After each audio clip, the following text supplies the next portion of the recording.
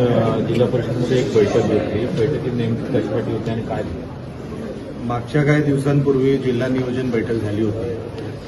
त्या डीपीटीसीमध्ये काही पॉइंट चर्चेमध्ये आले जे जिल्हा परिषदशी निगडीत होते. जिल्हा परिषदमध्ये आज आढावा बैठक होती. सुरुवातीला आम्ही बांधकाम विभागातून सुरुवात केली आणि नंतर प्रत्येक हेडवर चर्चा केली. ज्या काही टेक्निकल अडचणी असतील किंवा काही किरकोळ अडचणी ज्या काही इम्प्लिमेंटेशनला अडथळा निर्माण करतात त्या सोडवण्यात आल्या. सकारात्मकतेने आज सगळे अधिकारी तयारीने आले होते. सगळ्यांची उत्तरं सकारात्मक होती आणि लवकरात लवकर ज्या काही किरकोळ अडचणी आहेत ज्या आढळल्या त्या लवकरात लवकर सोडवतील. आणि पुढच्या आढावा मिटिंगमध्ये त्यांना एक पद्धत सांगितली की कशी पद्धत असावी जेणेकरून काम तळागाळापर्यंत आपल्याला दिसेल, त्याचं इम्प्लिमेंटेशन दिसेल. त्या गोष्टीलाही सगळे मान्य झालेले आहेत. सन्माननीय सीओ साहेबही अतिशय सकारात्मक आहेत. आमचे अध्यक्ष, आमचे उपाध्यक्ष, सगळीच टीम अतिशय चांगली आहे आणि ती सकारात्मकतेने काम करत आहे. माझं इंटेन्शन एवढाच होता की हे सगळे पैसे मोठ्या प्रमाणामध्ये जे पालकमंत्री महोदय आणतात ते तळागाळापर्यंत पोहोचले पाहिजे आणि ते पोहोचण्यासाठी ज्या काही किरकोळ अडचणी आहेत ते दूर करण्याचं काम आमच्या सगळ्या लोकांचं आहे.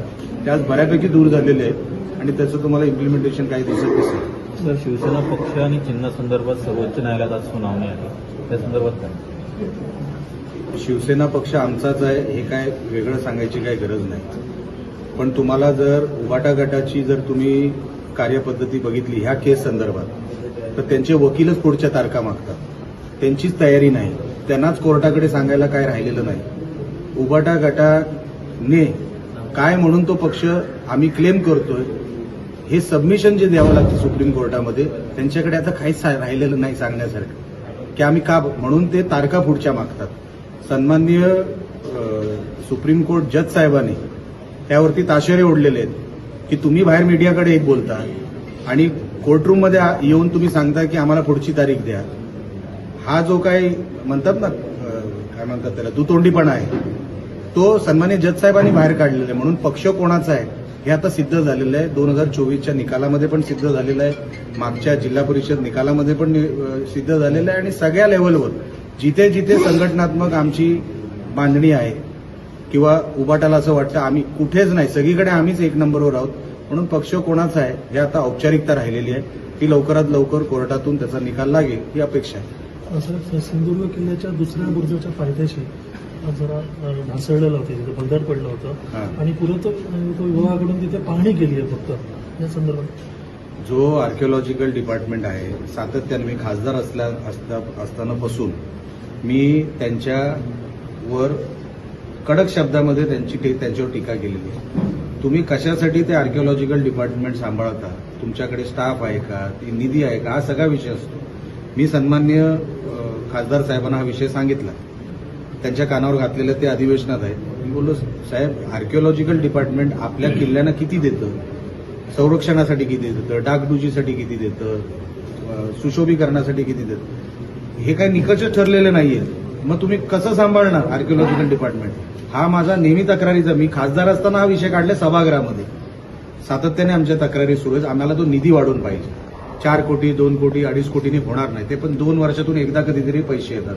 आम्ही सांगितलंय किमान 25 कोटी रुपये आमच्या ह्या सगळ्या किल्ल्यांना आर्किओलॉजिकल डिपार्टमेंटने द्यावे म्हणजे हे सगळे विषय आमचे सुटतात आणि त्याचा पाठपुरावा सन्माननीय खासदार साहेब करत आहेत. साहेब, राज्यात अमराठी रिक्षा आणि टॅक्सी चालकांना मराठी हवं म्हणून सरकारनं सक्ती केली आणि 15 ऑगस्टपर्यंतचा कालावधी दिलेला आहे. आणि शेवट असं म्हणतात की अमराठी आणि मराठी रिक्षा टॅक्सी चालक अजून त्यांना प्रशिक्षण देण्याचं चाललं होतं पण त्या प्रतीक्षेतच आहेत ते प्रशिक्षण. नाही म्हणजे तुमचा प्रश्न काय? प्रशिक्षण त्यांना शेवटचे 15 दिवस सांगितले आता उरले ते 15 तारीखपर्यंत पण ते अजून प्रशिक्षण त्यांना देण्यात आलं नाहीये. मराठी बोलण्यासंदर्भात देण्यात आलं नाही की त्यांनी घेतलं नाही हा पण प्रश्न असतो. दोन्ही गोष्टी तपासून घ्या. मराठी अनिवार्य आहे, आलंच पाहिजे. त्याच्यामध्ये कोणालाही सुटका नाही. प्रशिक्षण देऊन सुद्धा जर काही लोक घेत नसतील, तिथे पोचत नसतील तर त्यांना काय आम्ही कॉलरला धरून तर आणू शकत नाही. त्यांना ते आलं पाहिजे. महाराष्ट्र आहे, मराठी बोलली पाहिजे. हे त्यांना तेवढं कळलं की ते बरोबर प्रशिक्षण घेणार. शिंदे साहेब ऑपरेशन टायगरवर बोलले आम्ही कोणाचे पक्ष फोडत नाहीत, आमच्याकडे आमदार आणि खासदार येत असतात. एकंदरीत ठाकरे गटाने आत्मचिंतन करावं की ते आमच्याकडे काय येतात, आम्ही हिंदुत्व कधी सोडलेलं नाही. बरोबर आहे. उद्धव साहेबांनी हिंदुत्व सोडलं, बाळासाहेबांचे विचार सोडले आणि आज लोकांना वाटतंय की इकडे हिंदुत्वाचे विचार आहेत, स्वर्गीय बाळासाहेब ठाकरेंचे विचार आहेत आणि शिंदेसाहेब 24 तास मैदानात आहेत. असं कधी होत नाही की सामान्यातला सामान्य माणूस सेल्फी घेऊ शकतो साहेबांबरोबर. ते स्वतः जाऊन तळागाळामध्ये जाऊन पाहणी करतात. कधी कुठे वादळ आलं, कुठे काय संकट आलं, ते स्वतः जातात. म्हणून आमच्याकडे अहो ते कशाला, नुसती नजर जरी जाईल ना शिंदे साहेबांची, लोक आमच्याकडे येत आहे. म्हणून शिंदेसाहेब जे बोलले ते बरोबरच आहे. आत्मपरीक्षण आता उद्धव साहेबांनी केलं पाहिजे. शेवटचा प्रश्न, अभिजित बिस्केने आरोप केला आहे की जे फायरिंग झालं त्या संदर्भात गृहमंत्री अमित शहा जबाबदारी त्यांनी राजीनामा दिला. लक्षात घ्या, व्हिडिओ दोन्ही बाजूचे बघा. पोलिसांना मारलं गेलंय.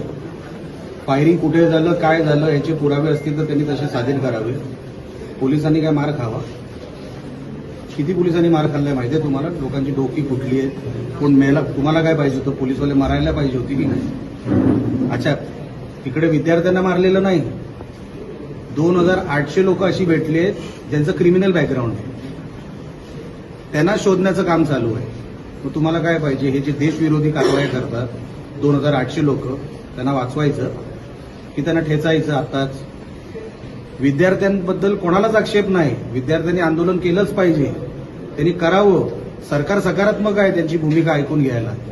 पण हे जे अँटी सोशल एलिमेंट जे येतात, धुडगूस घालतात, गाड्या फोडतात. किती पोलिसांच्या गाड्या? 114. पोलिसांना किती मारलंय बघा तुम्ही एकदा. मग हे जे 2800 आयडेंटिफाईड क्रिमिनल आहेत, त्यांना ठेचायचं नाही. जे चाललंय ते नियमानुसार चाललंय. जे कोण आरोपी आहेत त्यांना तर शिक्षा होणारच. म्हणून आता हे का केलं, नंतर का करणार नाही, हा विषय नसतो. क्राईम घडलाय तर क्राईमला शिक्षा मिळणार. अभिजित बिस्केने भाजपमध्ये